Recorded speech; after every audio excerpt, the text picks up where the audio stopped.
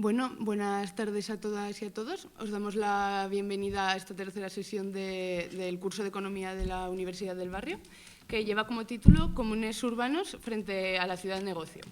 Bueno, así por encuadrar un poco lo que es esta sesión en la totalidad del curso y para las que no lo conozcáis, este año hemos querido centrar el foco en el análisis de impacto que pueden tener diversas problemáticas de carácter socioeconómico a nivel local y a nivel de impacto en los barrios.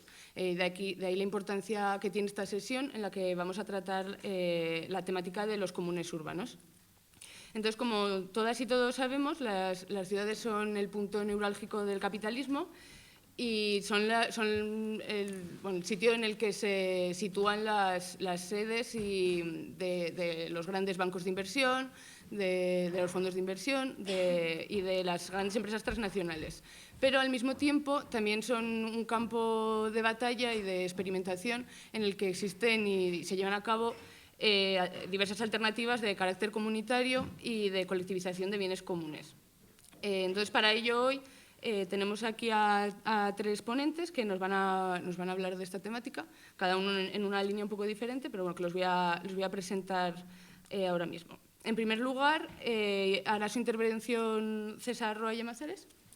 Él es economista y ensayista. Su campo de interés está vinculado a cuestiones relacionadas con la desigualdad, la política internacional y la economía agraria. Es autor de libros como La República de Weimar y La defensa de los comunales, que los tenemos por aquí por si luego queréis echarles un vistazo, de La República de Weimar y La defensa de los comunales. Y tenemos otro que es Historias de la lucha por el común. Y además ahora mismo está escribiendo otro libro sobre el tema, ¿no?, que será publicado bueno, de aquí a poco o para largo. Y bueno, también es miembro del proyecto audiovisual de Economía Crítica EcoTV. En segundo lugar, realizará su intervención Raúl Sánchez Cedillo. Él empezó en el movimiento de insumisos en los años 90, los centros sociales ocupados, el movimiento alterglobalizador y participó en el 15M. Junto a otras personas, crearon en 2001 la Universidad Nómada y desde el 2011 participa en la Fundación de los Comunes. Y por último, en tercer lugar, hablará Paula Ortega Faura. Ella es feminista, ocupa y comunicadora. Comenzó su politización en la Plataforma Antifascista de Zaragoza, posteriormente se desplaza a Madrid, donde participa en la Asamblea Feminista de Madrid y en la Asamblea del Centro Social Ingobernable, y las comisiones de feminismos y comunicación. Y, por tanto, ella viene a hablarnos de un común más concreto, que es la Ingobernable aquí en Madrid, y sobre un poco su impacto en el barrio. Entonces, bueno, damos comienzo y cuando quieras, César. Muchas gracias, Paula. Bueno, se oye, ¿no? Sí. Bueno, para empezar, muchísimas gracias a FUEN, a Economistas Sin Fronteras, al Salmón Contra Corriente, al Teatro del Barrio y, por supuesto, a todos vosotros y vosotras por haber contribuido a este acto. Y bueno, pues me parece que voy a empezar yo. Quisiera, bueno, pues como muy bien ha señalado Sabina, pues tanto Raúl como Paula como yo, pues vamos a enfocar el tema desde tres perspectivas un poco diferentes. A mí me gustaría hacer una especie de introducción de bosquejo, sobre todo histórico, o sea, de un poco de qué son los comunales, qué es lo que significa, y me voy a centrar en un tema que a priori parece que no tiene tanto que ver, que son los comunales, pero en el campo, los comunales agrarios, porque yo creo que si entendemos las lógicas que hay en el campo, yo creo que nos pueden dar unas pistas interesantes, aunque esto lo podemos debatir luego entre nosotros, para lo que puede pasar en la ciudad. Si me permitís una primera cosa, o sea, sería interesante estudiar o definir lo que no es un comunal. Cuando cualquiera, si alguno ha tenido que padecer clases de economía, y a veces ni siquiera clases, sino como ciudadano o ciudadana ha tenido que padecer la economía, pues hay un supuesto que está ahí, pero que no se hace explícito, que es que la economía trata de bienes que son apropiables, que son monetizables, y que son reproductibles. Los comunales son precisamente lo contrario. Un comunal es un bien, o sea, que ni es apropiable, ni es monetizable, ni es reproductible, vamos a explicar un poquitín esto. Es decir, un bien comunal es un bien, o sea, que no se puede, un señor o una persona no puede decir, dice, esto es mío, trazo aquí una frontera y esto, por lo tanto, me pertenece. Si quiero, esto lo vendo en un mercado y puedo conseguir un precio, un dinero por ello. Incluso si quiero cargármelo, me lo puedo cargar porque se crea de una manera mágica. Normalmente habrá una tecnología que recuperará ese comunal. Pues esto, un comunal no tiene ninguna de estas características, insisto, ni es apropiable, ni es monetizable, ni es reproductible. Y eso es algo que lo vemos clarísimamente, por ejemplo, con los ecosistemas. O sea, un ecosistema, es decir, y esto, bueno, es un problema, si queréis podemos hablar luego, que ha sido, yo diría, la historia trágica de la España del siglo XIX, es decir, los árboles, o sea, en un país tan seco y con unas precipitaciones tan torrenciales como puede ser esto, o sea, un monte no es que haga bonito, tal, sino que tiene un valor fundamental para proteger las tierras de labranza. O sea, si ese bosque se tala, o sea, la riada querrá. Y la riada le da igual cuáles son las fronteras o las rayas que se han hecho entre propiedades. O sea, la riada no hace ese tipo de distinciones. Cuando se privatiza un comunal, si queréis esto podemos hablar, remitirnos un poco a la historia de España y de Portugal, si privatiza un comunal, el gran problema que se produce es que no se privatiza tanto el comunal, sino que se privatiza a las personas que viven de ese comunal, lo que es fundamental, su subsistencia depende fundamentalmente de ese comunal, sea un monte, sean unos campos, sea un río, sea un mar, etc.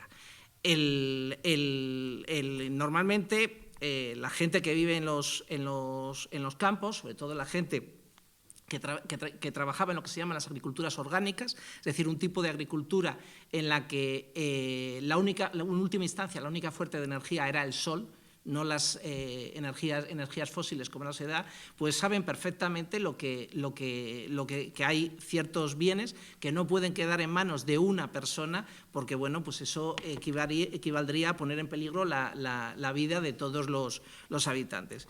Y esto, insisto, es algo que todas las culturas campesinas de todo el mundo, de todos los confines del mundo, lo tienen muy claro. Me gustaría contar una pequeña anécdota que creo que es muy ilustrativa y que bueno, pues curiosamente yo no la leí, cuando la leí no la vi en un libro sobre comunales, pero me pareció altamente significativa, que es la historia de la primera invasión de Israel del Líbano. Israel invadió Líbano la primera vez en el año 1978. Y tras una intervención de las grandes potencias y tal, se decidió llevar un contingente de cascos azules irlandeses a Líbano. Yo sospecho que a priori a las autoridades israelíes aquello les debió parecer una idea fantástica, porque dices, bueno, pues unos católicos irlandeses con unos chiitas libaneses, pues no habrá absolutamente ningún elemento en común, sino que al contrario puede haber cierta hostilidad y esta labor policial de represión de posibles ataques o descontento, pues lo hemos, digamos, subcontratado de una manera muy cómoda. Pues pasó una cosa increíble, que es que los irlandeses congeniaron con los chiitas. Para gran consternación de las autoridades israelíes, resultó que el contingente irlandés y los campesinos chiitas tenían muchas cosas en común. Tenían bastantes cosas en común. Eran ambas dos culturas campesinas que habían estado sometidos tradicionalmente a opresores extranjeros y sabían lo que eran, pues que de repente un bosque quedase privatizado o ocupado por una autoridad militar completamente irresponsable, y lo que eso significaba para toda la comunidad. Digamos, los comunales agrarios, o sea, Comentaba antes lo de las riadas, la protección de las riadas, o sea, es decir, una agricultura, de base agraria, como la que estaba mencionando, o sea, pues con la que ha sido típica prácticamente todo el mundo prácticamente hasta el año 1945, es una agricultura, en la que la última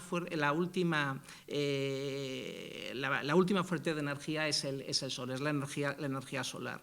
Entonces, esta energía, pues estas agriculturas tienen un problema muy grande, que es cómo repones la tierra. O sea, la tierra, pues una vez que se planta trigo, una vez que se plantan sobre todo cereal, pues el nitrógeno, termina desgastándose, por emplear este término. Entonces, bueno, pues la recuperación tiene que venir pues por unos métodos naturales, como puede ser el estiércol, como pueden ser las hojas de los bosques, como pueden ser, como hacen en ciertas regiones de lo que es Aragón y Cataluña, lo que se llaman los formiguers u hormigueros, que es con hoja del bosque.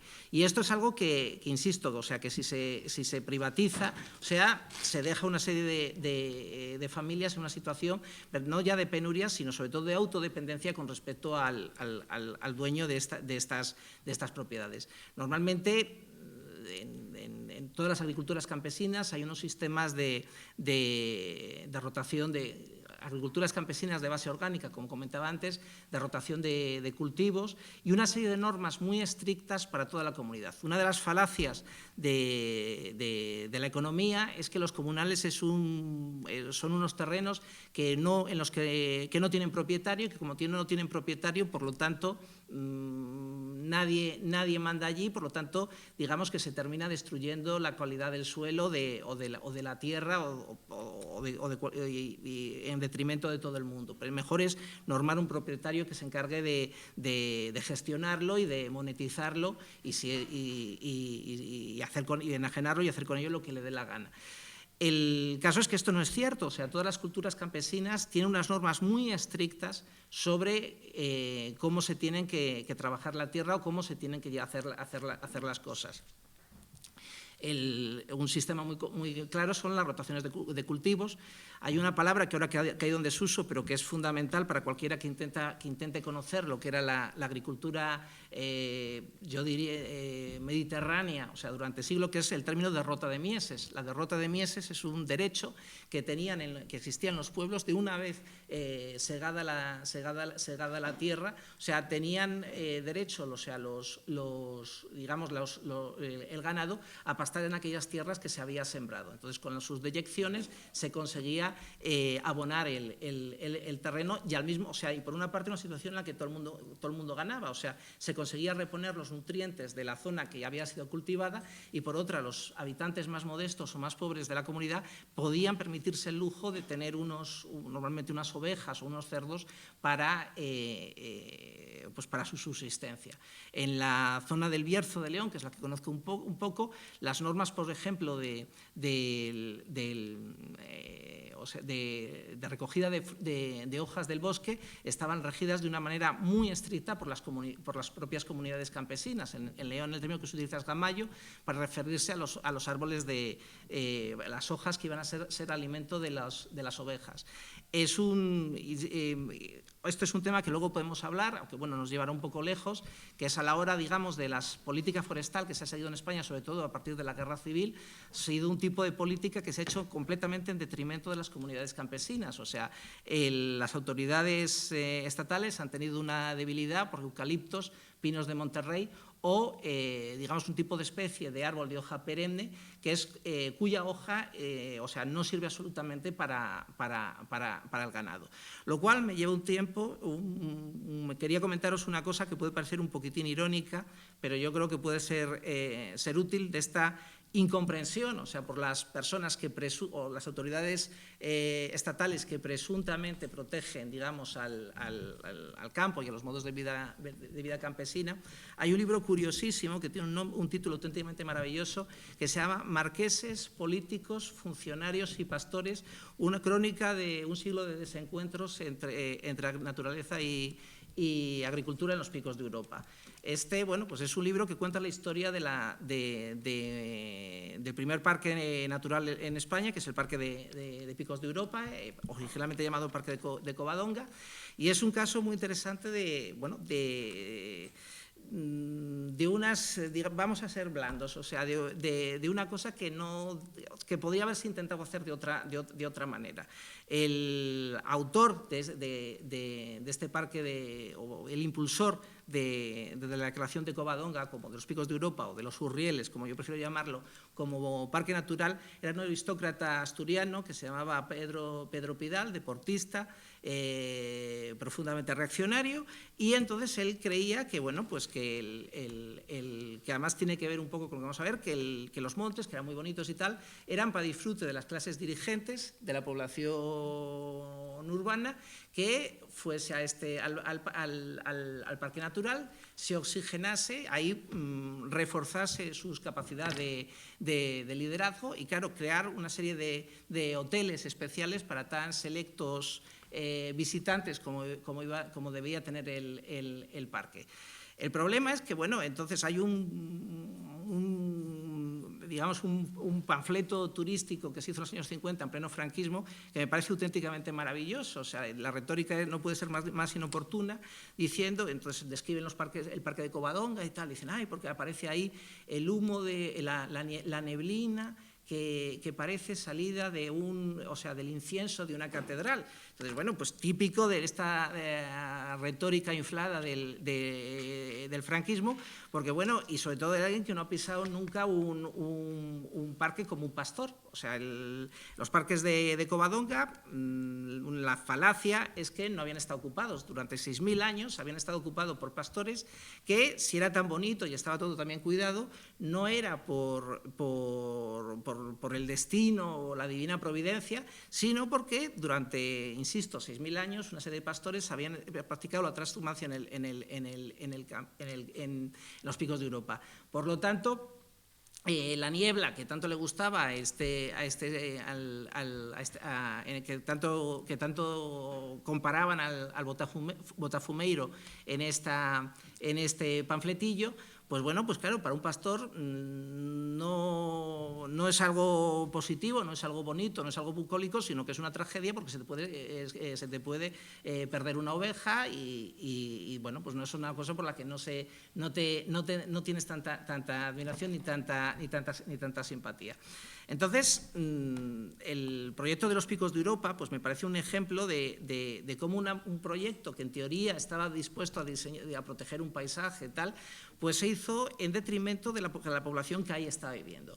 Se propusieron otro tipo de proyectos para proteger el campo. Si queréis lo podemos comentar, que a mí me parecen más racionales, pero bueno, el señor Marqués llegó a decir que, bueno, pues que las deyecciones de las ovejas ensuciaban el paisaje y, bueno, pues eran una falta de decoro para los selectos visitantes que esperaba que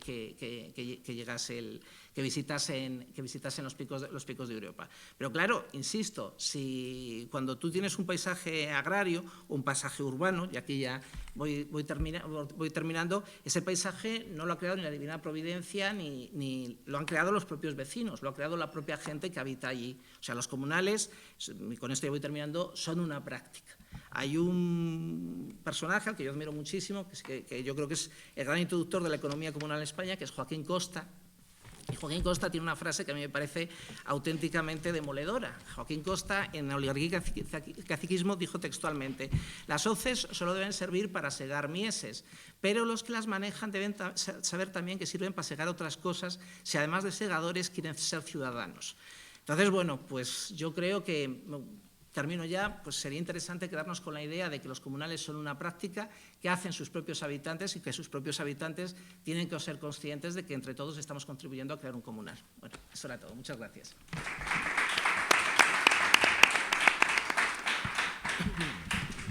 Bueno, pues muchas gracias, César, y le damos la palabra a Raúl.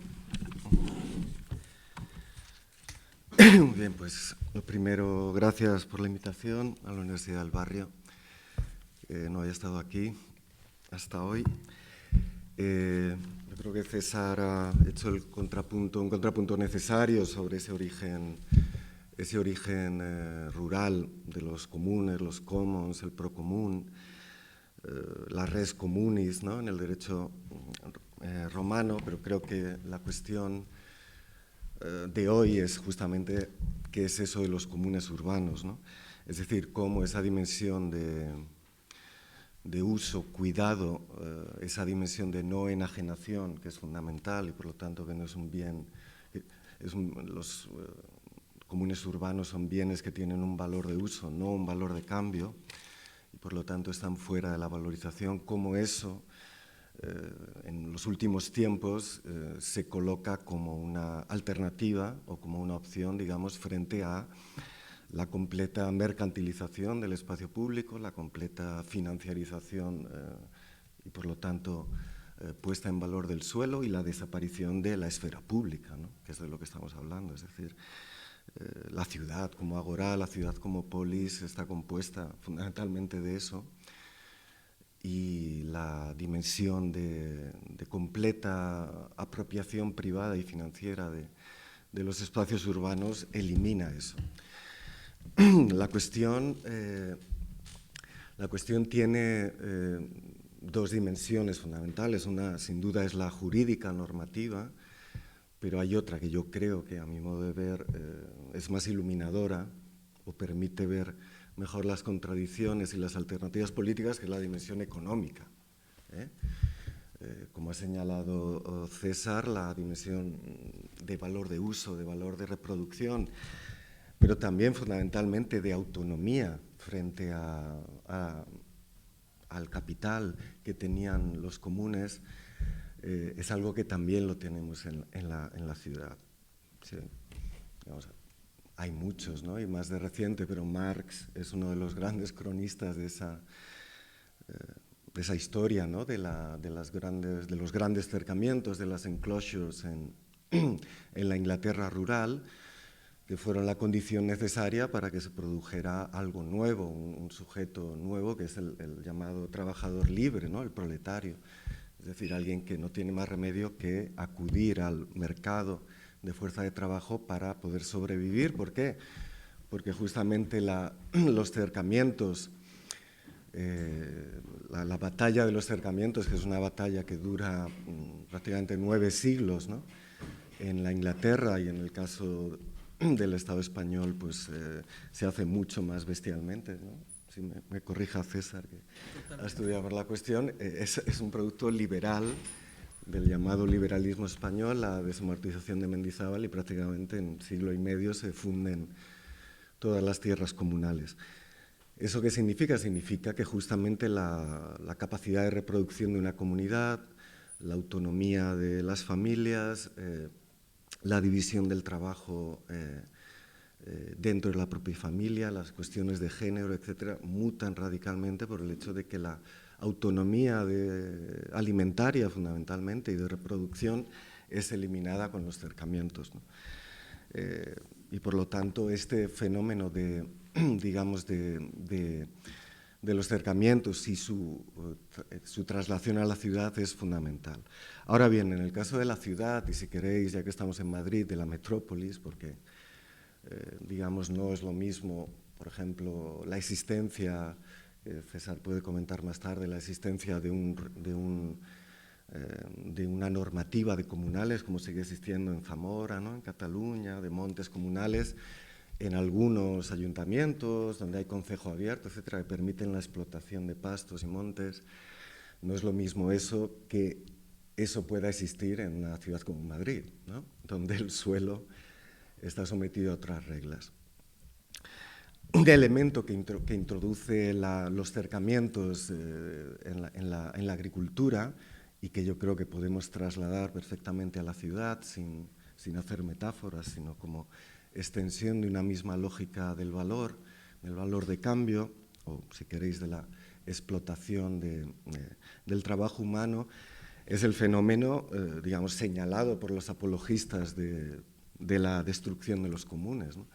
Es decir, que eran economías de subsistencia, que la tasa de productividad era era muy baja, que no había motivación para aumentar la productividad de la tierra, por esa dimensión de agricultura orgánica, que no se utilizaban fertilizantes, que no se utilizaban máquinas, etcétera, etcétera, ¿no?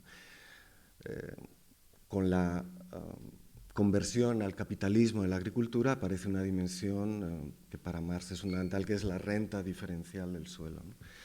La renta diferencial del suelo es la mayor productividad que tiene un suelo en función de un montón de condicionantes, la calidad y la intensidad del trabajo, la aplicación de máquinas, los fertilizantes, etcétera, etcétera, ¿no? Yo creo que eso lo podemos trasladar a la ciudad, ¿no?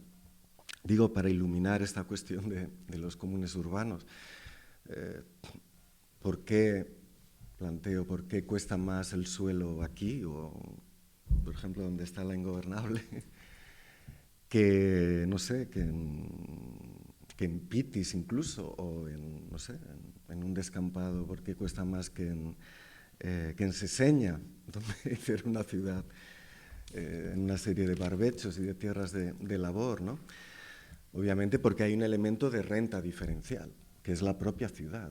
Es decir, es el conjunto de la cooperación social, el hecho de que, bueno, no hablamos solo de comunidades, de redes de transporte, de redes sanitarias, de redes educativas, sino que hablamos justamente también de valores, de riqueza de encuentros, de seguridad, de espesor cultural, de posibilidades, en la medida en que la ciudad tiene dos dimensiones claramente. Una es su dimensión física y otra es su dimensión, digamos, modal, ¿no?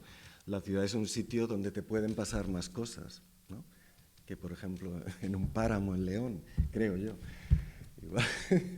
Igual en un páramo en León puedes tener una experiencia UFO, que es bastante, pero en conjunto hay menos posibilidades. Y por lo tanto, esos son los elementos de la renta diferencial.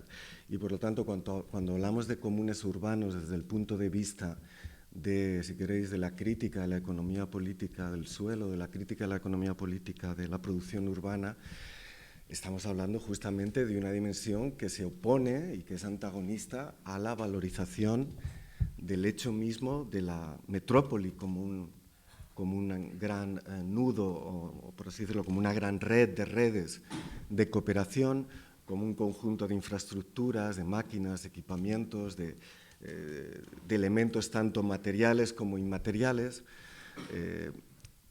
en los que justamente rige el derecho público o el derecho privado, el derecho, digamos, de la propiedad privada del suelo.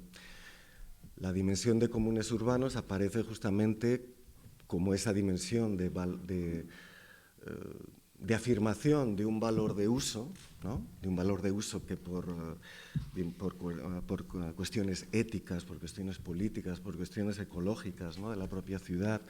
Digo, esta es la retórica, esta es la argumentación, porque yo creo que podemos hacer críticas al respecto. Ha de ser protegido, puesto que de lo contrario la propia ciudad pierde valor en cierta medida, ¿no? Pierde valor porque se convierte en un espacio completamente mercantilizado y un espacio donde la violencia del dinero es lo que manda, ¿no?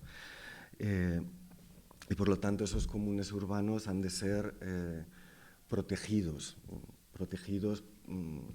por motivos de sostenibilidad social, ecológica, etcétera, etcétera, ¿no? Esto es algo que, bueno, pues en los últimos 20 años se configura desde el punto de vista jurídico como una especie de extensión del derecho público. Como sabemos, el derecho público es el derecho del Estado, es el derecho de la res pública, es el derecho del Estado y todas sus dimensiones, incluidas los ayuntamientos. Esto es algo que no solo ha sido puesto de manifiesto en la sociología económica, en la antropología, ¿no? Con Ostrom, Bollier, etcétera, etcétera. No solo ha sido fuertemente inspirado desde mucho antes, desde hace 40 años, por el movimiento del software libre, ¿no? Es decir, por el movimiento que habla de unos commons de la inteligencia, ¿no? La inteligencia es un recurso común, es un recurso infinito, y esta es la gran diferencia con el suelo, es un recurso que no se le pueden poner puertas y que no hay ningún derecho, ni desde el punto de vista de la productividad mayor, ni desde el punto de vista de la, digamos, de la legalidad, ¿no?, del derecho a la apropiación, ha de ser considerado como un común, ¿no? Yo creo que ese derecho aplicado, esa temática aplicada al derecho de propiedad intelectual con Creative Commons, o a las patentes, el software con la licencia GPL y otro tipo de licencias, ha sido fundamental para esa reflexión, junto a la sociología de las supervivencias, de lo común que tenemos aún, por ejemplo, pues en los reglamentos de aguas, ¿no?, lo que ha estudiado Elinor Ostrom, etcétera, en Valencia, en otros sitios, en Japón, en India, ¿no? Ahora bien, cuando aplicamos la temática, y aquí entro ya, intento problematizar, la temática del común urbano a determinados espacios, que son sobre todo espacios, digamos, recreativos, espacios como huertos urbanos, o considerados recreativos, que serían, por ejemplo, los centros sociales ocupados, ¿no?, o los centros sociales vecinales, ¿no?, como el EVA de Arganzuela, etcétera, etcétera. Lo que se intenta hacer es justamente ampliar el derecho público a una participación democrática. A este respecto hay declaraciones o instrumentos como el Reglamento de Bolonia, que es del año 2006, ¿no?, que introduce un término que se llama la subsidiariedad horizontal, que estipula justamente eso, ¿no?, que allí donde por recortes, austeridad, carencia de medios, carencia de competencias, los municipios o otras administraciones no pueden pues gestionar o proveer los medios, el personal para la gestión de un espacio público, pues los vecinos, ¿no?, en este caso tienen el derecho, la ciudadanía tiene el derecho a constituir asociaciones sin ánimo de lucro para hacerlo, ¿no? Eso sería una vía, ¿no?, para que determinados espacios que, por así decirlo, por ejemplo, un solar, ¿no?, que se convierte en un huerto urbano, que es de propiedad municipal o es privada y puede ser comprada por un ayuntamiento y cedido en esos términos a un conjunto de ciudadanos, o eventualmente, como ha sido el caso en algunas experiencias en Italia, ¿no?, centros ocupados, centros sociales ocupados que han sido comprados por la municipalidad y regulados y entregados a esa gestión bajo esta figura, ¿no? La otra sería la del bien público común, que es la desarrollada por el Ayuntamiento de Nápoles recientemente, por el Ayuntamiento de Luigi de Magistris, ¿no?, que introduce una figura que es la del uso cívico, ¿no? Es decir, determinados bienes fuera de uso, para los que no hay ni una oferta de explotación privada, o si la hay, pues no garantiza condiciones de acceso universal, de disfrute, de no enajenación, etcétera, etcétera, están abiertas a que asociaciones de ciudadanos las gestionen como si fueran una especie de común, ¿no?, bajo esta figura del uso cívico, justamente sin poder realizar actividades con ánimo de lucro, sin poder venderlas, etcétera. Esto se ha traducido en el caso de Nápoles, que si la conocéis es una ciudad que tiene un patrimonio público bestial, ¿no?, y riquísimo, es decir, que es una perita en dulce para todo tipo de, digamos, de sociedades financieras, para todo tipo de procesos de gentrificación, palacios barrocos, monasterios, conventos, etcétera. Pues muchos de ellos han sido ocupados y esta delibera, ¿no?, esta ordenanza municipal del año 2012, creo, si no es de más tarde, pues ha dado bajo esta figura más de 7 centros sociales, ¿no? 7 centros sociales que habían sido ocupados, ¿no? Es decir, que hay una productividad de esta figura, sin duda, desde el punto de vista jurídico, y hay una correspondencia o hay un reconocimiento de una producción de valor que, si la consideramos bajo el prisma del mercado, bajo el prisma del mercado capitalista, bajo el prisma del valor de cambio, pues no puede sostenerse, no puede competir, ¿no? Ahora bien, para ir terminando, voy introduciendo los problemas, ¿no? Estas figuras del común urbano y del uso cívico justamente se limitan a los espacios recreativos, ¿no? A los espacios que llamaríamos de reproducción. No consideran, por ejemplo, los espacios de producción, ¿no? Desde lo que son empresas o, por ejemplo, hospitales, universidades, colegios, escuelas, es decir, espacios que, si pensamos esa dimensión ¿no? del común urbano, es decir, de la producción de ciudad como un hecho fundamentalmente interdependiente, cooperativo, en el que se genera, en el que justamente la voluntad de privatización va contra la productividad general de la cooperación, no es distinto del modelo del software libre, pero donde sí que hay un problema de finitud del suelo, hay un problema de escasez, ¿no? Pues bien, ¿por qué no ampliar esta figura, ¿no? ¿Por qué limitarla solo a la cuestión de los espacios, a los espacios recreativos, o los espacios de socialización, los huertos o las guarderías? A mi modo de ver, tiene que ver con límites políticos, tiene que ver con límites de la potencia política de los movimientos que expresan estas reivindicaciones, tiene que ver con con el completo dominio del derecho comercial sobre todos los demás sectores del derecho y la completa subordinación del derecho público a ser el representante de los intereses generales del mercado. Es decir, es un problema político. Por lo tanto, es interesante explorar esa vía, a mi modo de ver, es interesante construirla, pero al mismo tiempo teniendo en cuenta que no hay límites a la definición de un común urbano, ¿no? Que no es solo la cuestión de un pedazo de tierra, sino que el común urbano es también las historias, los colectivos, las subjetividades, los cuerpos, los afectos que necesitan de un territorio colectivo para expresarse y que de lo contrario se disuelven o son individualizados, capturados por el mercado, ¿no? Y que ahí hay un problema de definición de una productividad, de un plusvalor de común, de un plusvalor de comunidad que ninguna figura jurídica recoge, ¿no? Yo creo que hay una gran inversión que no gusta nada a los liberales en la definición de los commons respecto a la época de las enclosures con respecto a ahora, y es que ahora cuanto más común, más productividad, en el caso de los comunes urbanos. Cuanto menos común, cuanto más individualización, privatización, menos productividad, menos plusvalor de común, plusvalor de cooperación, plusvalor de riqueza lingüística, plusvalor de afecto, plusvalor de seguridad, ¿no?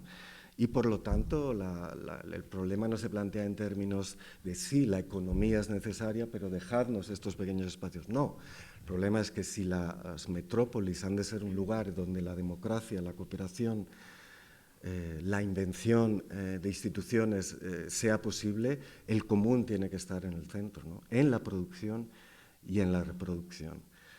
Por desgracia, y termino, los gobiernos y ayuntamientos del cambio respecto a esta cuestión están con anteojeras absolutamente, están absolutamente ajenos a este problema. En el caso de A Coruña, pues hemos visto un desalojo de un centro ocupado, la Insumisa, ¿no? Allí donde hay experiencias positivas, como es el caso del Centro Social Luis Buñuel de Zaragoza, no se han hecho bajo la innovación de una figura jurídica, sino bajo una fórmula de cesión. En el caso de La Ingobernable, que ahora nos va a hablar Paula, pues digamos, los términos del ayuntamiento excluyen cualquier definición y cualquier reconocimiento que vea en lo que ha sido el proceso de La Ingobernable, es decir, recuperar un espacio que estaba justamente sometido a enclosure, ¿no? Porque era un equipamiento público que había sido dado por 75 años a un amigo de la familia Aznar para hacer un museo privado en un sitio donde justamente la renta diferencial es bestial y que ya solo la explotación de la cafetería iba a reportar pingües beneficios. Esa recuperación ni siquiera es reconocida, ¿no? Esa dimensión de gran acto por la producción, acto por el común, acto por la democracia no es reconocida, y bueno, y se intenta que pase desapercibido, considerándolo un delito, considerando un crimen ese acto por el hecho de que vulnere el Código Penal en términos de usurpación. Entonces, por desgracia, la cuestión de los comunes urbanos, en el caso del Reino de España, está en una situación de resistencia, pero desde el punto de vista conceptual, jurídico, tanto de definición de la producción, no ha de ser de resistencia, ha de ser de ofensiva, ha de ser de modelo general de instituciones y de sociedad, sobre todo cuando hablamos de la ciudad. Ya está.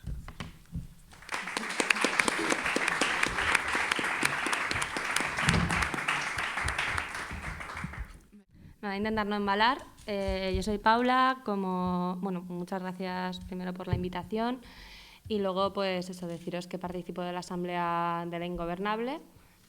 Hacemos bastante incidencia en que somos participantes de y no representantes de. Y bueno, de las comisiones particularmente de comunicación y feminismos. Creo que para entender lo que es el Centro Social Ingobernable, Centro Social de los Comunes Urbanos Ingobernable, es necesario conocer un poco su historia, que la acaba de decir una píldora Raúl, y es básicamente que es un edificio que se encuentra en mitad de la ciudad, en una de las arterias principales, que es el Paseo del Trado con calle Gobernador, con unas vistas al Retiro descomunales, que nadie cree que debamos permitirnos el común de los mortales, y que ha sido desde los años 30 utilizado como edificio público para diferentes usos, pues desde un centro de educación a distancia de la UNED hasta un centro de salud del Retiro.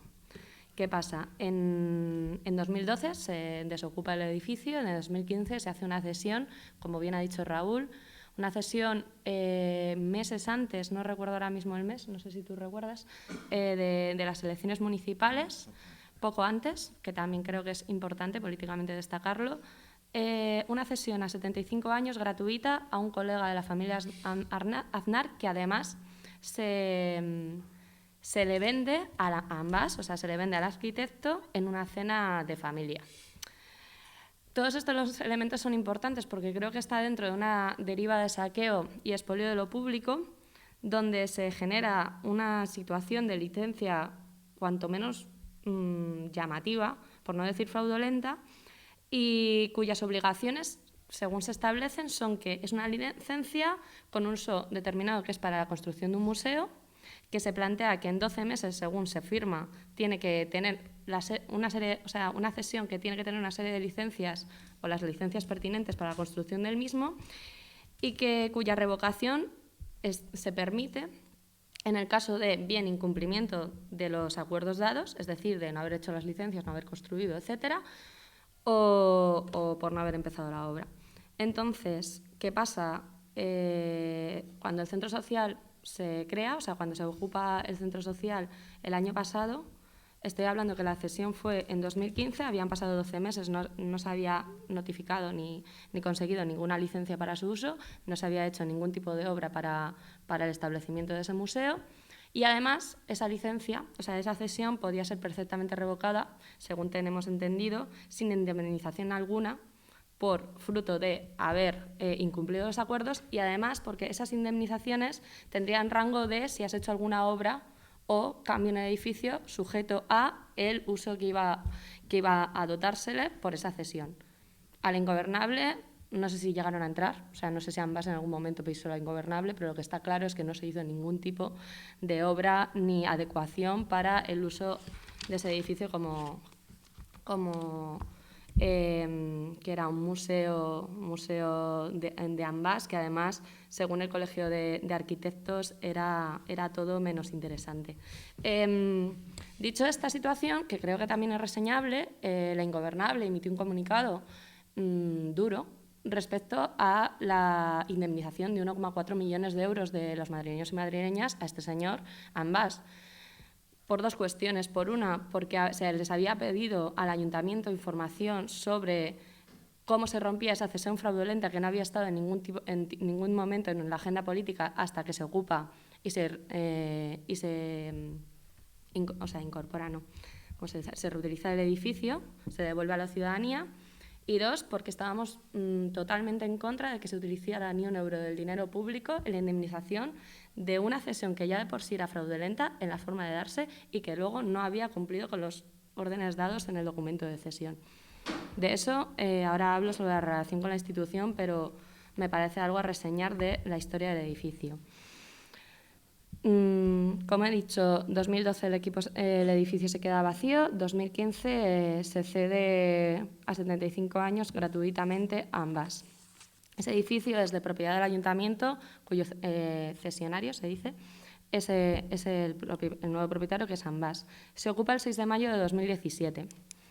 En un contexto que creo que también es importante remarcar, estamos hablando de que se edificia un edificio en el centro de la ciudad, en una ciudad cada vez más desigual, donde hay un problema con la vivienda cada vez más importante, una ciudad que está pensada casi como norte para los ricos, centro para los turistas, sur para los pobres, y que además los movimientos sociales y el tejido asociativo de la misma tienen un problema real de espacios donde poder organizarse, reunirse, autogestionarse. También es en un momento político donde los casos de corrupción no hacen más que estallar, estamos en un bucle de expolio de lo público, de evidencia del expolio de lo público, con el caso de Canal Isabel II, Mercamadrid y de crispación generalizada.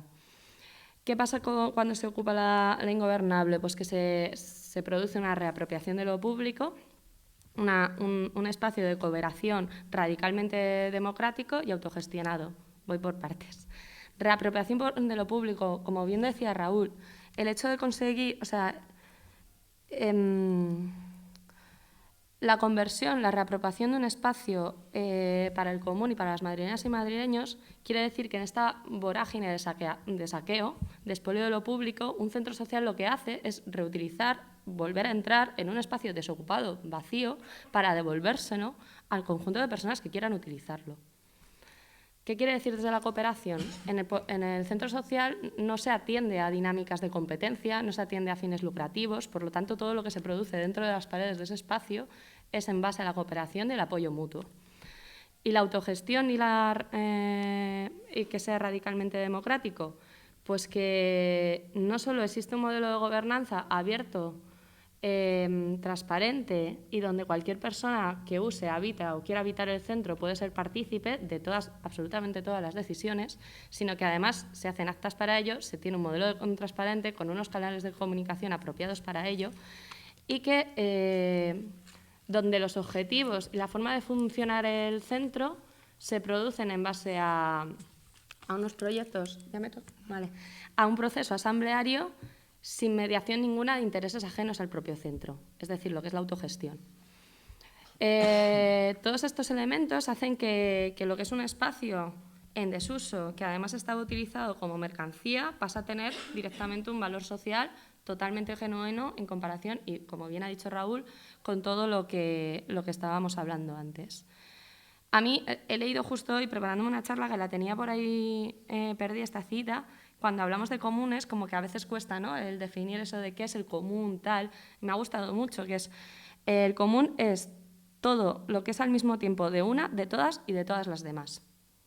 Lo que me parece fabuloso, porque la ingobernable en sí misma desarrolla un proceder y una dinámica muy difícil de conseguir en los compartimentos estancos de lo público y privado que nos intentan hacer entender el mundo. Y con esto me voy a dos cuestiones concretas que quería contar aquí, aparte de la historia del edificio, de su propio carácter social y de lo que es la ingobernable. Esta problemática es, como bien ha dicho Raúl, distinguir los límites de la institución, la primera, y el modelo de gobernanza que tiene un común. No voy a entrar en si me gusta más o menos ahora Madrid, si creo que está cumpliendo su programa, si creo que están haciéndolo muy bien. Simplemente me remito a la propia relación que tiene con el centro social y con la asamblea que lo detenta.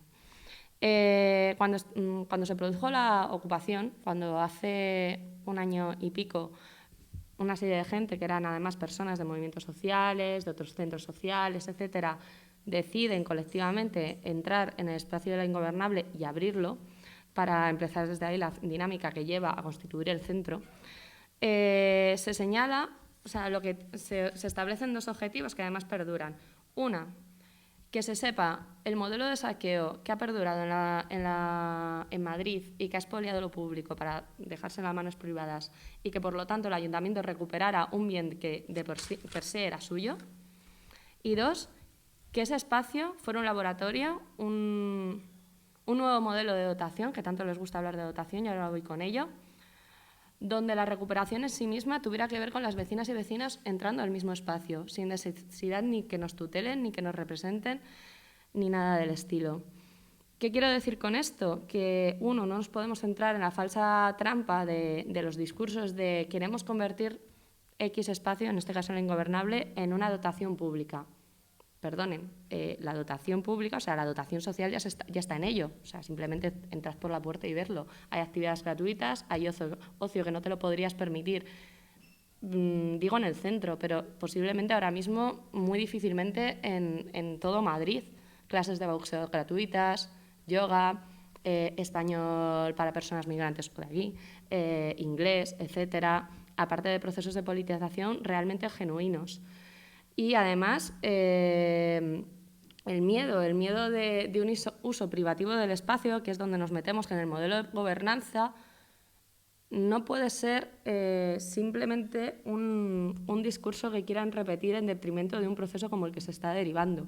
Es decir, una de las cosas que nos preguntaba, por ejemplo, me acuerdo en las primeras declaraciones Telemadrid, era, pero esto, o sea, aquí, ¿qué pasa? Entra cualquiera y hace algo. Y era muy gracioso porque habíamos hecho, como queríamos acabar con esta imagen tan oscura, capuchas, que están muy bien las capuchas y la ropa oscura, pero la ocupación, todos malos, tal, que es, lamentablemente el propio ayuntamiento creo que está apuntalando, en detrimento yo creo de su propia base social, pero eso es otro debate.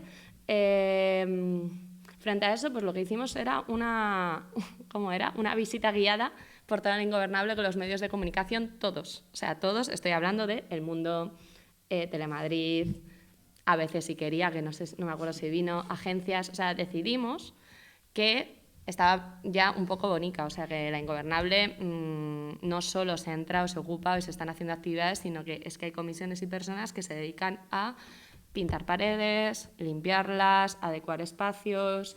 Es increíble lo que han hecho, por ejemplo, con la sala de la pequeña Ingobernable y cómo ahora mismo parece un chiquipar, etcétera. Pues que decidimos que eso era la mejor muestra para demostrar que lo que pasaba allí era algo bueno, diferente y democrático. Entonces, en esta visita guiada, donde de hecho el de Telemadrid tenía niños y un problema con las guarderías, que también fue un punto político a tratar con él, la pregunta en sí yo creo que lo que vertebra es un miedo, un condicionamiento de base donde solo nos creemos que las opciones de tener servicios, de vivir una vida o de disfrutarlos vienen o de lo público o del mercado privado. No asumimos la compatibilidad de otras formas de hacer vida, de otras formas de relacionarnos, de otras formas de adquirir incluso conocimientos. Creo que la institución no solo es torpe, al no querer reconocer e incluir el proceso de la Ingobernable como un espacio bueno para la ciudad de Madrid y para sus vecinas y vecinos, sino que atraviesa una enorme contradicción al evitar que un gobierno que se tilda de ahora Madrid que llegaba con el enunciado de gobernar escuchando o de la participación como una de sus prioridades, no reconozca un espacio donde ya se está produciendo un modelo de participación directa radicalmente democrática. No lo llego a entender. Y además que creo que al final, entre las instituciones más o menos caducas y un poco frías, las administraciones que no se atreven y están un poco perdidas, y una ciudad cada vez más demolida por los intereses privados, al final nos perdemos unos procesos y unas herramientas que luchan contra la precariedad vital que son más que defendibles. Eso, primer debate. Segundo debate. que creo que es muy importante y que además en los últimos meses nos ha atravesado mucho. La Ingobernable es un espacio feminista. Con feminista, o sea, parece una tontería, pero decir que un espacio feminista tiene mucho más que decirlo, que simplemente ponerlo en el discurso en la descripción de la web.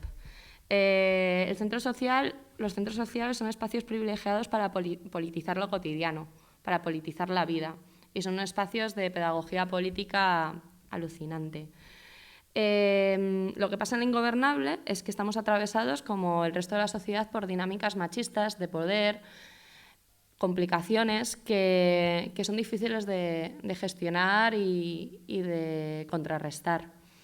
Para mí, la Ingobernable no solo ha hecho del feminismo una cuestión transversal absolutamente a todos sus espacios, dinámicas y formas.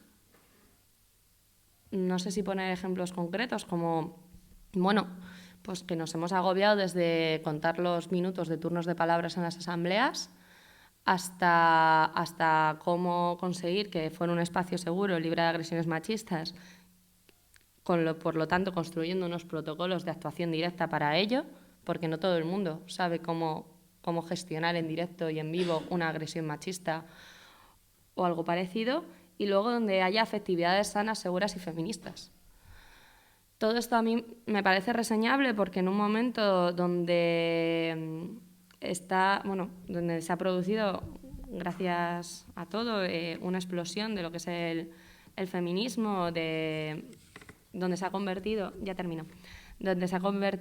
el feminismo un poco mainstream en un espacio en disputa para un feminismo más anticapitalista, creo que es importante reseñar que los discursos, que las denuncias, que las propias dinámicas tienen su cara B, que es la gestión de las mismas. Tienen unas redes de afinidad, unos procesos, unas gestiones que rara vez nos encontramos en esta sociedad formas de poder vehicularlas. Cuando hay denuncias, hay un agresor, hay una familia del agresor, hay una amiga del agresor y obviamente hay una persona agredida, hay unas amigas de la agredida, hay unas compañeras de la agredida, hay unas compañeras del agresor. Es decir, el centro social al final está atravesado por todas estas dinámicas, con personas que integran estas dinámicas, y los postulados feministas al final tienen una escala política de lo concreto a lo general y a lo teórico que tenemos constantemente que estar atravesando y escalando. También estamos apostando desde un punto de vista permanentemente colectivo en cómo educarnos y cómo contrarrestar y darnos herramientas para combatir esas dinámicas. Y, por supuesto, nos damos cuenta de que habitar también se habita desde la dificultad de saber en qué mundo habitas, de que el centro social es una sociedad en sí misma, donde el habitar en sí mismo, en el espacio conlleva repreguntarte constantemente las contradicciones que te permean día a día, a ti, a tus compañeros y compañeras. Por eso me gusta mucho reseñar que la Ingobernable no solo es un espacio feminista, sino que lo estamos repensando todos los días, que últimamente además lo hemos tenido muy complicado con estos temas porque genera muchas controversias, y que os invito mucho a venir porque estamos aprendiendo todos los días juntas.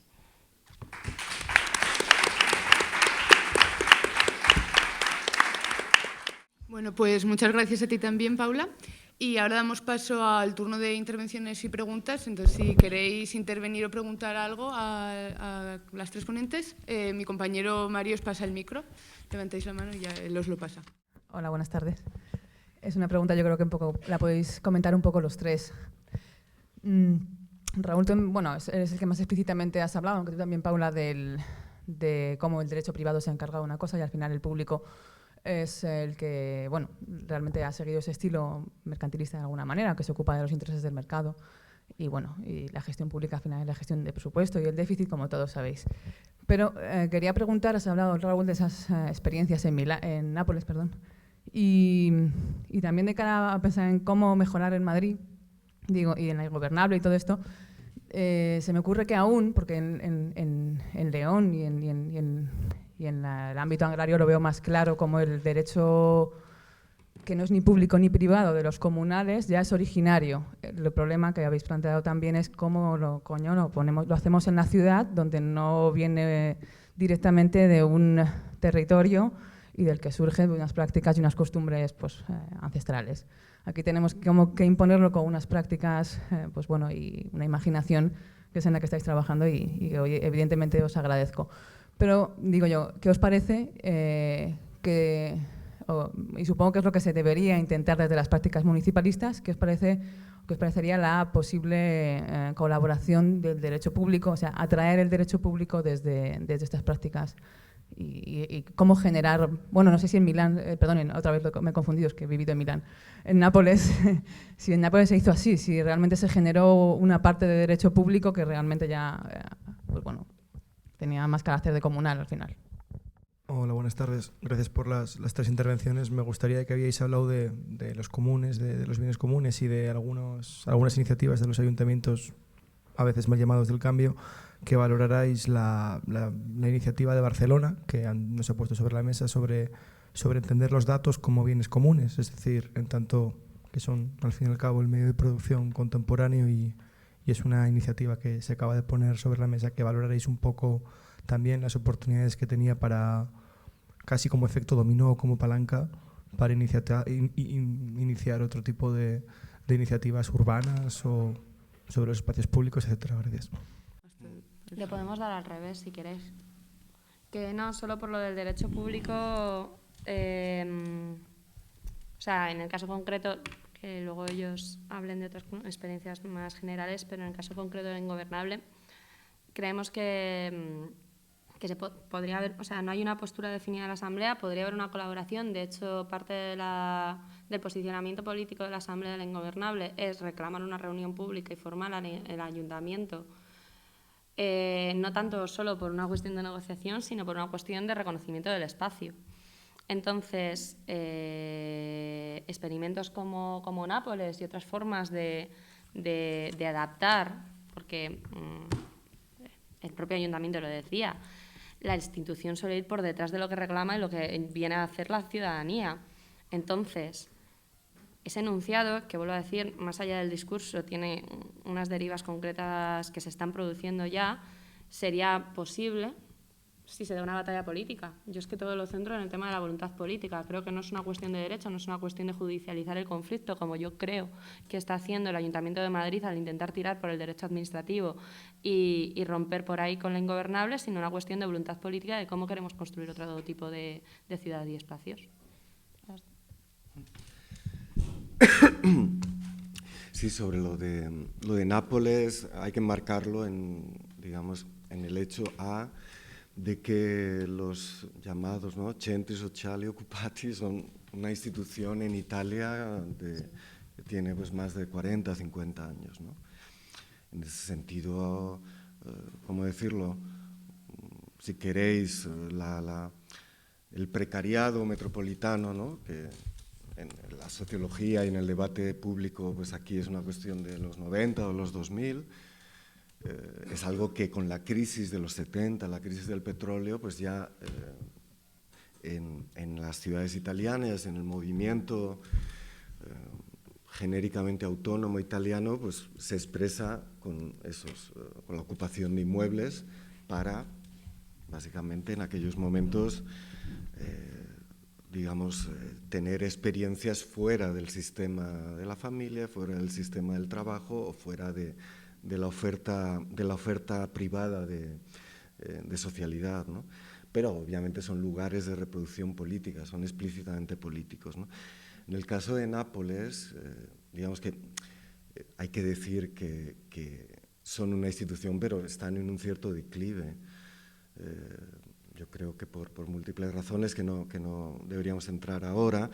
En el caso de Nápoles es una ciudad enorme, es la metrópoli del sur, con unas enormes carencias de servicios municipales, etcétera, pero que tiene un tejido social increíble, tiene unas dimensiones de trabajo informal, pues bueno, que se parecen más, ¿no?, a ciudades de fuera de Europa que a las de la Mitteleuropa al menos, incluida la criminal, ¿no? Pero hay mucha también que no es criminal, que es socialidad, y esa se expresa en los centros sociales. Hay decenas y decenas de espacios ocupados, espacios habitativos, etcétera, ¿no? Y por lo tanto la relación de todas las administraciones con esa dimensión había sido siempre o bien antagonista o bien de alianza. Y bueno, pues tuvo que llegar este alcalde, que era un juez como Carmena, o sea que no es una cuestión de que sea un loco, sino que era un juez antimafia, por lo tanto un justicialista, lo que en Italia se llama un justicialista. Es decir, justicialista es, digamos, el que no cede ni un milímetro al delito, ¿no? Estilo Ciudadanos. Ese rigorismo con cualquier infracción y tal es un crimen, ¿no? Pero, bueno, pues ha tenido esa conversión hasta el punto de que si miráis en YouTube hay un vídeo de Di Magistris que dice en italiano «Le denunce me le prendo io tutte». Y dime, que si os denuncian por ocupar, que decir que he sido yo. Yo no veo a Manuela Carmena haciendo eso. Entonces, con esa voluntad política y el trabajo de gente como quizá le conocéis, porque estuvo en La Ingobernable, Giuseppe Micciarelli y otras compañeras, que han hecho, digamos, un desarrollo táctico, ¿no? Un desarrollo de engineering, ¿no? De reverse engineering, de ingeniería inversa de las figuras de derecho público que existen, es decir, no abrir un derecho del común, puesto que el problema del derecho es que tiene que tener validez y autoridad, ¿no? Y tiene que funcionar en los tribunales, ¿no? Por lo tanto, esa idea del uso cívico, ¿no? Termino, el contexto también es el de las grandes movilizaciones en Italia por los bienes comunes, ¿no? Si recordáis, hubo referéndum en tiempos de Berlusconi sobre el agua, ¿no? Y ¿cuál era el otro? El común del agua y el de la energía nuclear, creo. Bueno, pues el del agua, todo ese que salieron con una victoria de los referéndums, ¿no? Y por lo tanto, a día de hoy, incluso con el gobierno de Salvini y Di Maio, el agua es un bien común, es decir, es un bien especialmente protegido y al que todo el mundo puede tenerlo en casa. ¿Cuál ha sido el problema? Yo creo que este es un problema muy interesante para la discusión, que la definición jurídica no implica, digamos, la ejecución del derecho, la validez material del derecho, es decir, que el agua, de ser un bien común, llegue a tu casa. Ahí hay intermediarios, ahí hay sujetos de derecho privado, empresas que te cobran por ese servicio. Sí, el agua es tuya, pero vete con el cubo, ¿no? Y ahí podemos pensar lo mismo de la electricidad, de Internet, etcétera, etcétera, ¿no? Por eso decía que los límites de la definición jurídica del común urbano tienen que ampliarse a toda la esfera de la producción y la reproducción, de lo contrario no tienen ninguna validez. El caso de los datos, yo creo que, en fin, lo que decía Paula de la voluntad política, ahí está clarísimo, ¿no? Tanto en Madrid como en Barcelona como en otros sitios, los equipos que han trabajado sobre eso son gente que viene del 15M, en fin, podríamos ser cualquiera de las aquí presentes.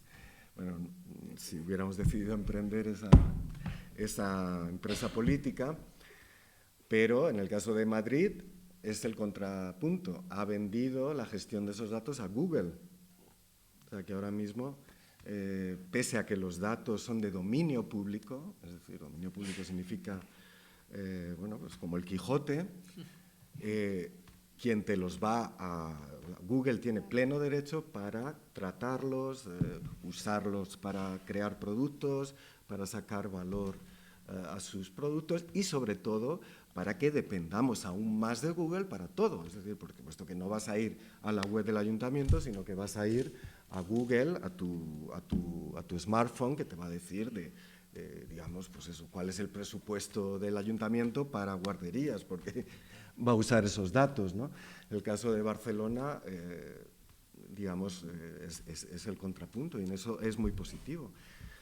La cuestión de los datos es absolutamente un elemento fundamental del común urbano, fundamental, esa dimensión inmaterial, y sobre todo porque los datos son un ejemplo clarísimo de la producción común. Todas y todos producimos datos constantemente. La conversión en datos, la digitalización en datos de todo lo que hacemos, nuestros latidos cardíacos, etcétera, que los pilla el móvil, los pasos que caminamos, etcétera, son un gran común y ese común está siendo privatizado. Solo una cosa con respecto a la pregunta de lo, digamos, público-privado. Hay un pequeño repaso a la historia de España que yo creo que es relevante. O sea, sobre 1840 se creó la Guardia Civil, además con gente del antiguo partido de José María el Tempranillo, que bueno, que sin duda sabían el negocio. Al mismo tiempo se creó el registro de la propiedad. El catastro, es decir, o sea, quiénes son, digamos, la cuestión de las tierras, las fincas, dónde limitabas, no se terminó hasta 1960, lo cual quiere decir que la desamortización de Madoz, que tuvo lugar en 1855, se hizo sobre unas... O sea, no se sabía muy bien qué es lo que se estaba desamortizando, qué es lo que se estaba privatizando, mejor dicho, se sabía de sobra y precisamente por eso se hizo. A veces, sobre todo es decir, hay cierta demagogia de presentar, es decir, aquí está el sector privado, aquí está el sector público y hay una contraposición entre los dos. Eso no es exactamente así. O sea, en el caso de esto de las desamortizaciones, el Estado, y máximo un Estado centralista e históricamente muy autoritario, como ha sido el español, ha jugado un papel de lo que decía Marx y Engels del comité ejecutivo de la burguesía. Y bueno, esto es un tema que nos lleva, en el caso de la historia económica de España, o sea, bueno, pues hay una serie de iniciativas que unos avispados empresarios han llevado a los gobernantes de turnos y los gobernantes del turno han legislado a favor de esas iniciativas. Pasó con los ferrocarriles, pasó con las centrales nucleares, pasó, por supuesto, con la vivienda, ha pasado con los trenes de alta velocidad. Ahí está un poco la cosa. Entonces, efectivamente, o sea, los derechos consuetudinarios, los derechos del común, pues es algo que no está propiamente, está, digamos, en un terreno distinto. Lo que pasa es que efectivamente tampoco hay que caer, y bueno, mis compañeros han insistido en la cuestión de la voluntad política, que me parece fundamental. O sea, tiene que haber una voluntad política, digamos, desde la cúspide, por así decirlo, tener, si no por lo menos unas administraciones favorables, por lo menos no francamente hostiles, pero por supuesto tiene que haber una movilización desde la base, o sea, si no, no hay absolutamente nada que hacer. Sí, hola, buenas tardes. Yo creo que explicar, Raúl, otra vez una cosa que no me ha quedado clara, y es que se está generando procomún urbano en espacios recreativos, si no me equivoco, has dicho algo parecido.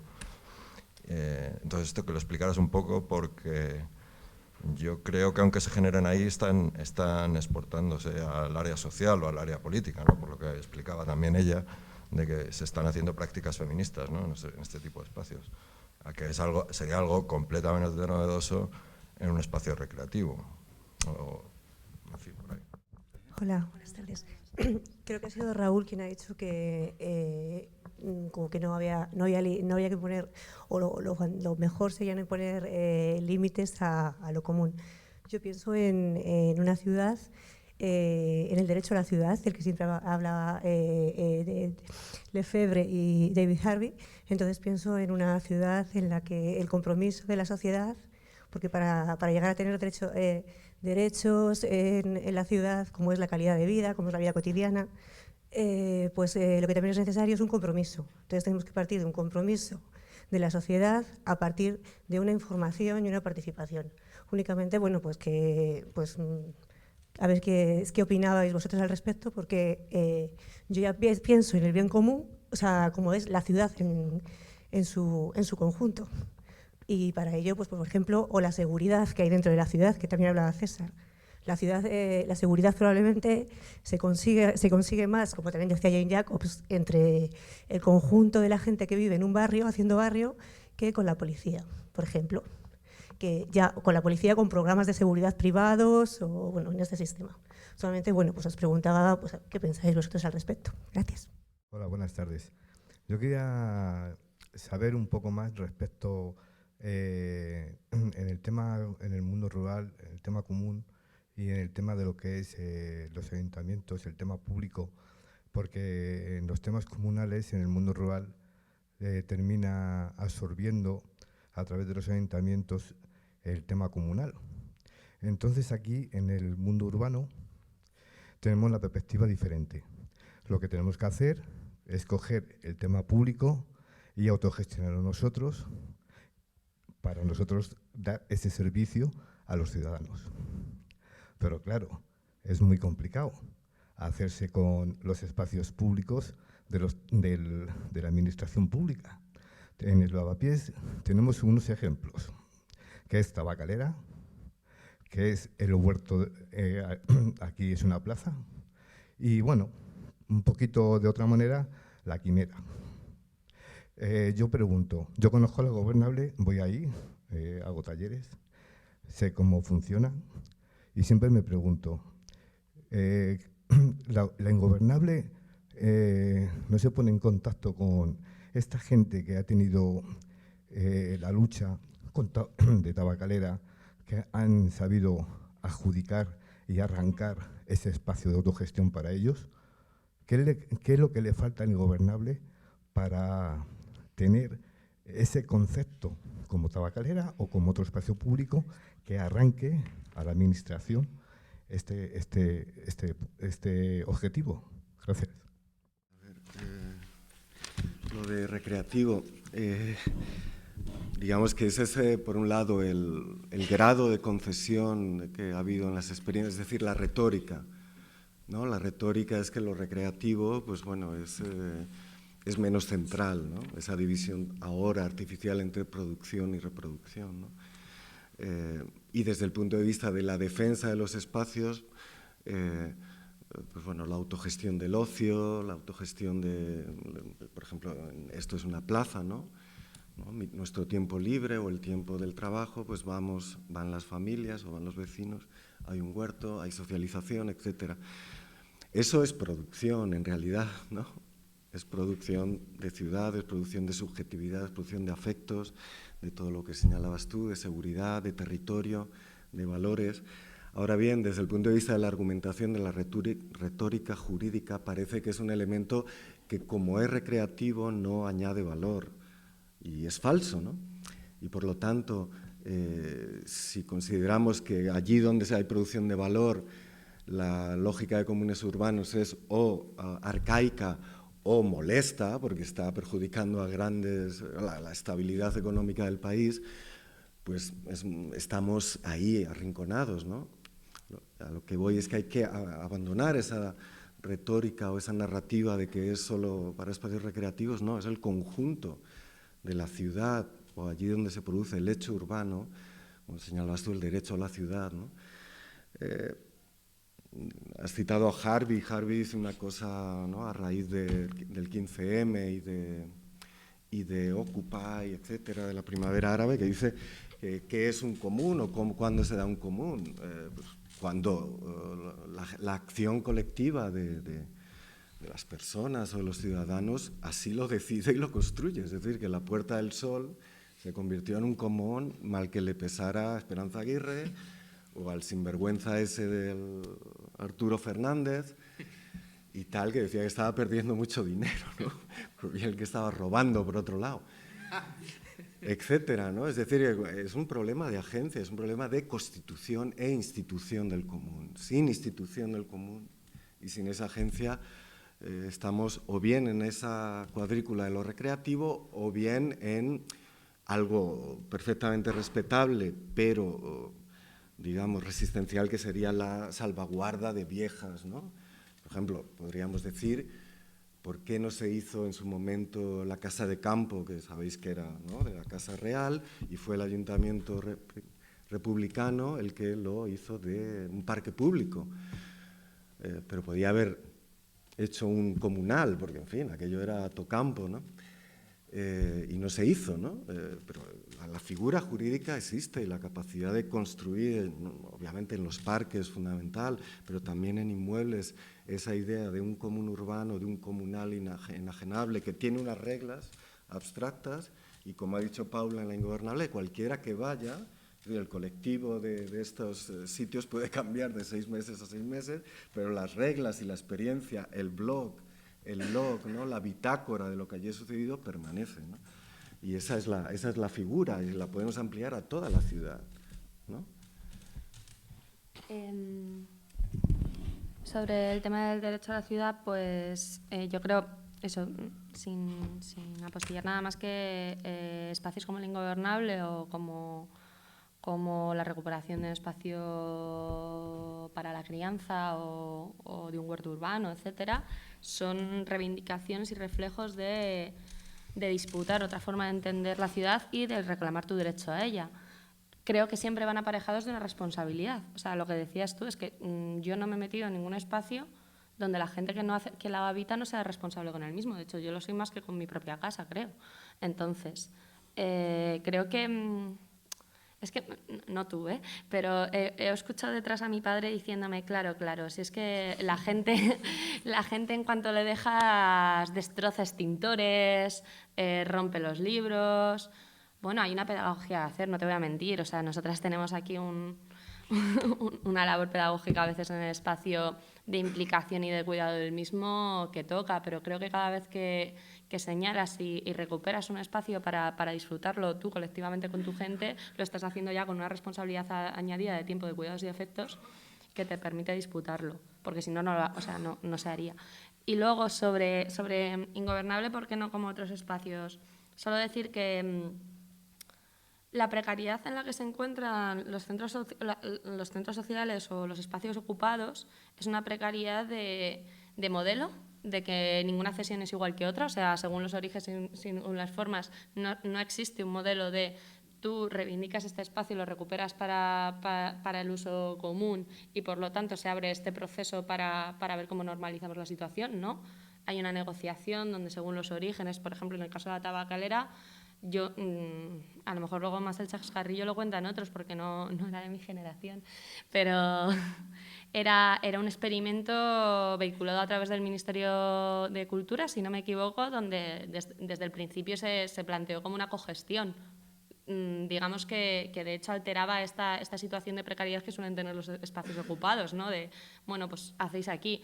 Lo que pasa es que yo creo que de alguna forma... desde totalmente a la distancia se topó con un conflicto en el modelo de gobernanza y con la propia gestión del espacio. Y creo que además, aparte de esta situación de base, creo que la ingobernable, tanto por su ubicación como por el momento, etcétera, plantea un debate político sobre la ciudad y cómo la usamos y si las madrileñas y madrileños se merecen un espacio en el centro de Madrid con vistas al Prado, que para mí es que menos, ¿no? Que todo el movimiento social y el tejido asociativo de la sociedad tenga 3.000 metros cuadrados para organizarse, pero no todo el mundo piensa lo mismo. Yo creo que el mayor problema, que ya no es solo de a ver si nos ponemos con una cesión, porque ya te digo que la Asamblea no tiene una postura sobre el tema, no tiene una postura de si quiere una cesión del espacio o no, si estaría de acuerdo con cohabitarlo, de dejar una parte, o sea, estamos nosotras aprendiendo y debatiendo sobre ello. Es que no hay un reconocimiento, es que el Ayuntamiento de Madrid a día de hoy no quiere ni siquiera reconocer que ahí pasa algo. Entonces, frente a ello, lo único que puedo decir es que el Ayuntamiento igual tiene que en algún momento decir, aparte de utilizar de parapeto otros movimientos sociales para decir que se va a utilizar un uso, haciendo como que no existe nada en este momento, porque igual que se han llegado a sentar hasta ayuntamientos del PP para hacer cesiones como a La Dragona, porque ¿La Dragona fue el PP? No lo sé, ¿no? Perdón, bueno, pero ha habido hasta ayuntamientos del PP que han posibilitado la convivencia y el salir a la precariedad de algunos espacios ocupados porque el Ayuntamiento de Madrid actualmente no quiere reconocer la ingobernable y lo que está pasando dentro. Yo me quiero dirigir a ti, que se me ha olvidado tu nombre, pero bueno, el hombre economista. Has hecho mucho hincapié en que el comunal era algo sin un valor monetario.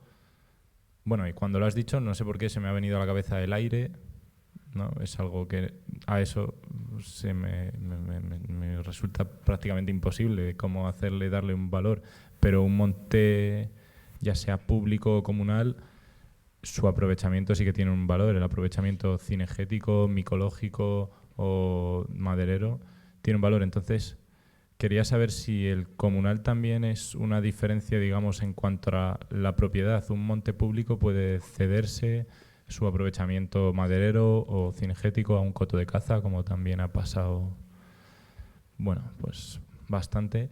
Entonces, no sé si es también esa especie de lugar que no tiene propiedad, que es algo más que un lugar público, tiene una propiedad pública, ¿no? Es de todos. Pero eso sería como algo más bien de todos y de nadie, en realidad, ¿no? Sí, si queréis respondo esta pregunta que es muy directa. Una pequeña cosilla. Yo más que decir que no tiene valor, perdón, se me oye, ¿no? Yo más que decir que no tiene valor monetario, quería decir que hay cosas que no deben ser monetizables, si me permitís la cosa. Un ejemplo, o sea, si un bandido con trabuco, o sea, pues amenaza a la gente, es decir, nada, si no me, o un poco como hacía Al Capone con los comerciantes de Chicago, exigiéndoles una cuota porque nadie les quemase el negocio, pues evidentemente la gente que daba ese dinero estaba asignando un valor a su negocio, de la misma manera que si un chantajista que secuestra a un hijo de una familia y exige un rescate, pues la familia se va a obligar a poner un valor a su hijo. Pero claro, no me parecen unas transacciones respetables, ¿no? Entonces, lo que yo quería decir con respecto a lo de los montes, diría que no es que no sean monetizables, es que no deben ser monetizables. O sea, por supuesto tú puedes privatizarlo, pero claro, son unas condiciones que pueden ser auténticamente terribles. O sea, es decir, el hecho de... citando un poco el caso de los montes. Los montes se privatizaron, sobre todo en España, a partir de 1855. Y entonces, la labor que desempeñaban los montes para las comunidades campesinas no se puede valorar, o sea, no ya solamente para la caza, sino también, pues, por ejemplo, la búsqueda de abono, la búsqueda de combustible, también a veces como un espacio para huir de las agresiones de las fuerzas policiales. O sea, ahí donde ha habido bosques se ha dado, bueno, pues una resistencia o bien en forma de bandidaje o bien en forma guerrillera, pero bueno, esa es otra de las ventajas que ofrece el comunal. Y efectivamente se puede ceder a grandes compañías, que es lo que ha pasado en España. O sea, en España, digamos, en 1855 hubo una serie de montes que cayeron en las manos de lo que era el Ministerio de Fomento, que más o menos se respetaban, o te encontrabas con gente que no era completamente hostil, aunque era gente demasiado tecnocrática, sobre todo en el cuerpo de ingenieros de montes, y luego otra serie de montes que cayeron en manos del Ministerio de Hacienda. El Ministerio de Hacienda, date por perdido. O sea, el Ministerio de Hacienda intentó literalmente vendérselos al mejor postor en detrimento de todos. Durante el franquismo hubo una serie de... La historia de los eucaliptos en Galicia, vimos los incendios de estos últimos veranos en Galicia, bueno, pues cortesía de la política de desarrollo de los eucaliptos, una política en beneficio única y exclusivamente de grandes compañías madereras. O sea, que esa es un poco la cosa. Los eucaliptos son unos árboles de una... me parece que el ciclo productivo son 8 años. O sea, un roble, en cambio, pueden ser 100 fácilmente. Lo que pasa es que un bosque de robles, o sea, puede tener una virtualidad para las actividades silvopastoriles ganaderas. Los eucaliptos no, los eucaliptos principalmente es eso lo que tiene, pero fue una política que fue fomentada por la administración, sobre todo en los años 60, y es una política, la que siguió en los años 60, que se hizo en contra sobre todo de las comunidades ganaderas. O sea, ¿qué es eso? Las comunidades ganaderas estaban interesadas en otro tipo, no en lo que se llama los monocultivos de árboles. La política, aunque esto podríamos hablar, la política forestal de los años 60 y de los años 70 era una política que consideraba desarrollar un tipo de especie, o sea, porque era muy rápido, era enormemente rentable, pero claro, tenía algo que decir las comunidades, pero no se tuvieron en cuenta. La propia estructura administrativa también, también jugó un papel muy negativo. En el caso de Galicia, que lo conozco un poquitín, digamos, en Galicia los gestores de los montes no eran los ayuntamientos, eran las parroquias. O O sea, entendida la parroquia como el núcleo de vecinos que vivía en una parroquia. Pasa un poco, salvando las distancias, si me permite, Paula, lo que comentaba de no estar reconocidos. O sea, las parroquias no se han reconocido nunca en derecho administrativo, pero tenían un papel fundamental en la gestión de los bosques. La imposición de un sistema administrativo como es el de la provincia y las diputaciones hizo que fuese gestionado desde arriba algo que estaban gestionando los vecinos desde abajo. Ahora no tanto, o sea, pero en el siglo XIX una forma de resistencia fue la quema de bosques, precisamente para eso.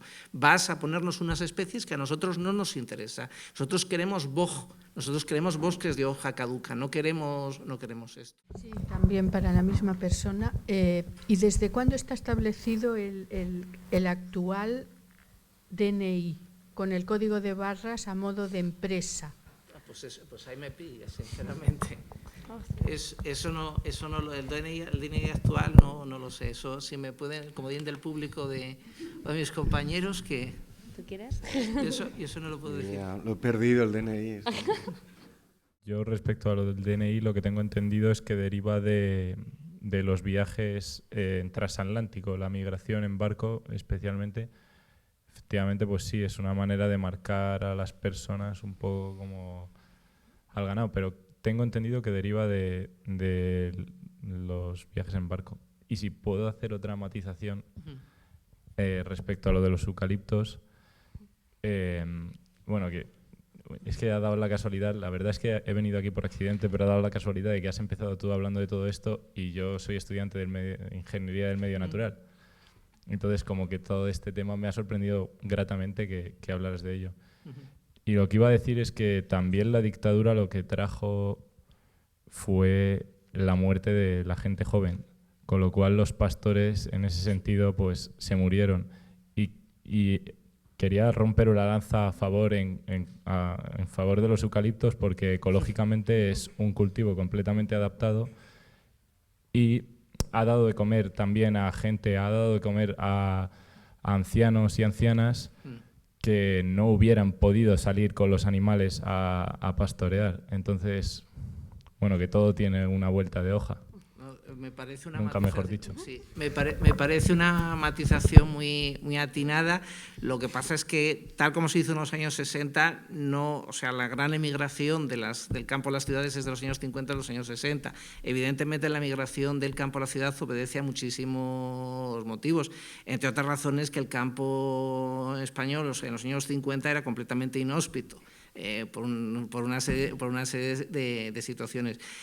No, lo que pasa es que bueno, el tipo digamos, o sea, el eucalipto no es un árbol para el pasto del ganado. O sea, que ese es un poco el problema, porque era un poco por lo que iba. No, sobre el DNI, lo que sí que sé es que es impuesto por el franquismo, por la dictadura. No existía un documento nacional de identidad que todo el mundo tuviera, etcétera. Existían, pues como en Inglaterra, etcétera, distintas formas de identificarse. Lo del código de barras, pues bueno, es como las bolsas de patatas, ¿no? Es decir, es un número escrito que sirve para un lector óptico, pero ese número absoluto, ¿no? Que tiene cada ciudadano. Raúl, perdona, Sí, no sé si a lo mejor, volviendo al tema de lo del DNI, yo creo que unas primeras, o sea, de estas cosas, pero bueno, esto, es decir, a mí me suena, pero estoy hablando un poco al azar, o sea, que las administraciones coloniales fueron los primeros en marcar a sus súbditos para saber quiénes eran los que había. No me extrañaría que unos precursores hubieran sido los franceses en Argelia y luego se fue desarrollando. Ana Arendt comentaba un poco de cómo ciertas iniciativas coloniales para el control de la población luego se extendieron a la metrópoli para todos. Y no sé si con el DNI los test biométricos, todo este tipo de cosas empezaron precisamente para controlar a los argelinos. Creo, pero... No, seguramente. Yo creo que la lógica del DNI en el caso del franquismo era controlar a todo el mundo. Es decir, si queréis, la guerra civil y sobre todo la parte de Franco es la aplicación de los africanistas, los generales africanistas, de la lógica de la población como enemigo, el enemigo colonial, ¿no? y por lo tanto fichar y tener a todo el mundo absolutamente identificado e identificable, porque eso de... Claro, claro. Eso de que tengas que dar el DNI no existe, ni mucho menos en todos lados, ¿no? Y que tú te puedas negar a identificarte, que lo tengas que llevar encima, etcétera, ¿no? Hola, buenas noches. Me ha encantado y quería haceros una pregunta que no sé si se sale del tema, por favor, me lo decís. En las ciudades, ¿el subsuelo pertenece al común o pertenece al ayuntamiento? Y os voy a decir por qué, porque concretamente en Madrid hay un montón de arroyuelos que recorren la ciudad y que socavan los cimientos de nuestras casas. Lo que pasa es que unas veces lo sabemos, otras veces lo padecemos y otras veces, afortunadamente, ni nos enteramos. Gracias. Me parece que es propiedad del Estado, el subsuelo, ¿no? Las Yo confederaciones creo que... hidrográficas, Sí. ¿no? La capa freática, que yo sepa, está considerada como algo que alimenta las cuencas y entonces son como pues, estos organismos compuestos, la de la Confederación Hidrográfica sería del Tajo, ¿no? Sí, en Madrid. Sí. Creo, me pillas. Estoy columpiándome bastante. Sí, sé, con respecto a los saltos de agua, porque hubo en Traficantes de Sueños hace unos meses una conferencia muy interesante. Se están intentando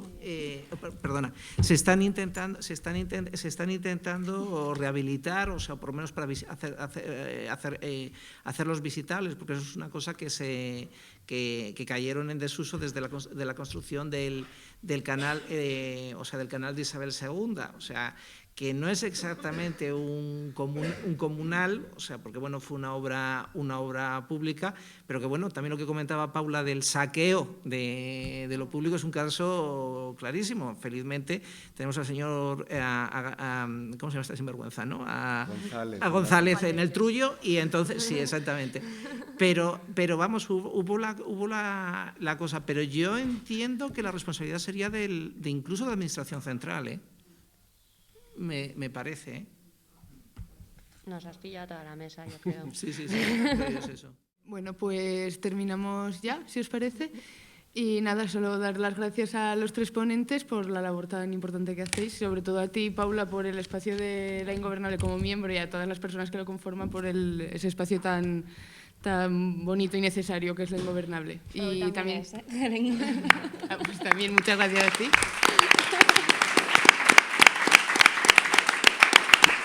Y bueno, también muchas gracias a todos los que venís y todas. Y solo recordaros que la próxima sesión del curso de Economía será el 3 de diciembre y bueno, se titula Un modelo energético que pasa factura y hablaremos de la energía y su modelo.